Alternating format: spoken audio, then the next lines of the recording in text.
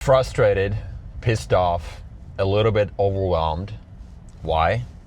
Just left the construction site. There's this townhouse project I completed in 2019, 8 units.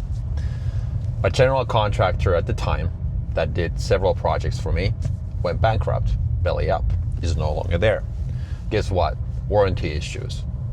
This video today is about what the lessons are when things go wrong and you are the one who pays all the bills in the end. Anyhow, like I said, my contractor is bankrupt.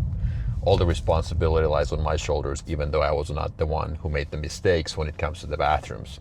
Long story short, 8 units, like I said. Now one of the bathrooms has had some trouble. This is the second time we are there demoing it and redoing the tile work. There's moisture and water damage. Okay, like I said, I was not the one who did the tile work, but it doesn't really matter. As a business owner, I'm always responsible. It doesn't matter whose fault it is, but I'm the one who has the final say, so to say, and I'm the one responsible. I pay the bills. That's okay. But the real question is, okay, you're a real estate developer and a business owner. What lessons can you take from this when you try to grow and get better down the road? So there are 3 things that come to my mind. Number 1, contractor selection. How do I make sure that this never happens again? Because when I do more volume, more units, more projects, more complex, and more of them in the future, how do I make sure that I choose the right people? Well, that's tricky because no matter what kind of a checklist you have, real estate has always been a boom and bust type of market and industry.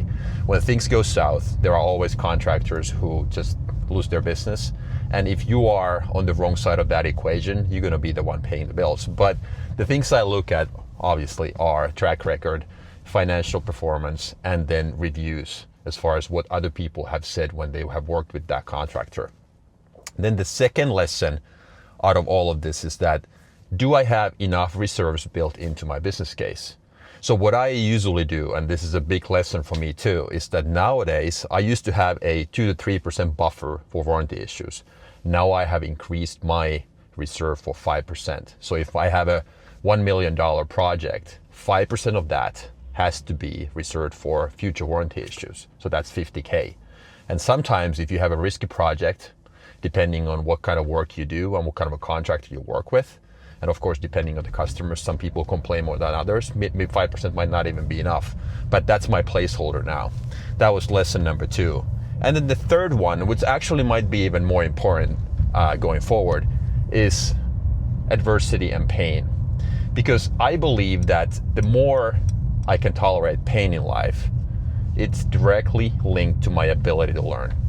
So if I want to, like I said, scale my operations, ramp up my production, do more volume, do more units, there's always going to be more and more adversity related to that.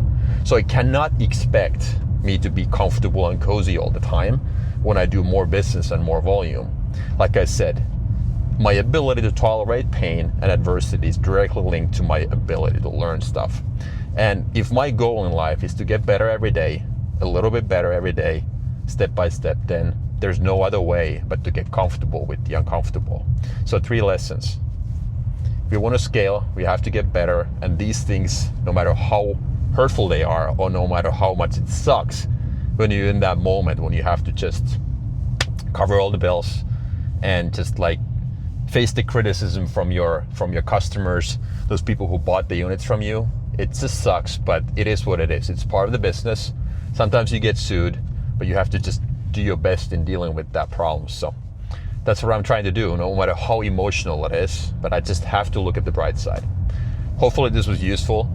This is one of my how to do stuff and what lessons I draw from my own mistakes as a real estate developer and entrepreneur.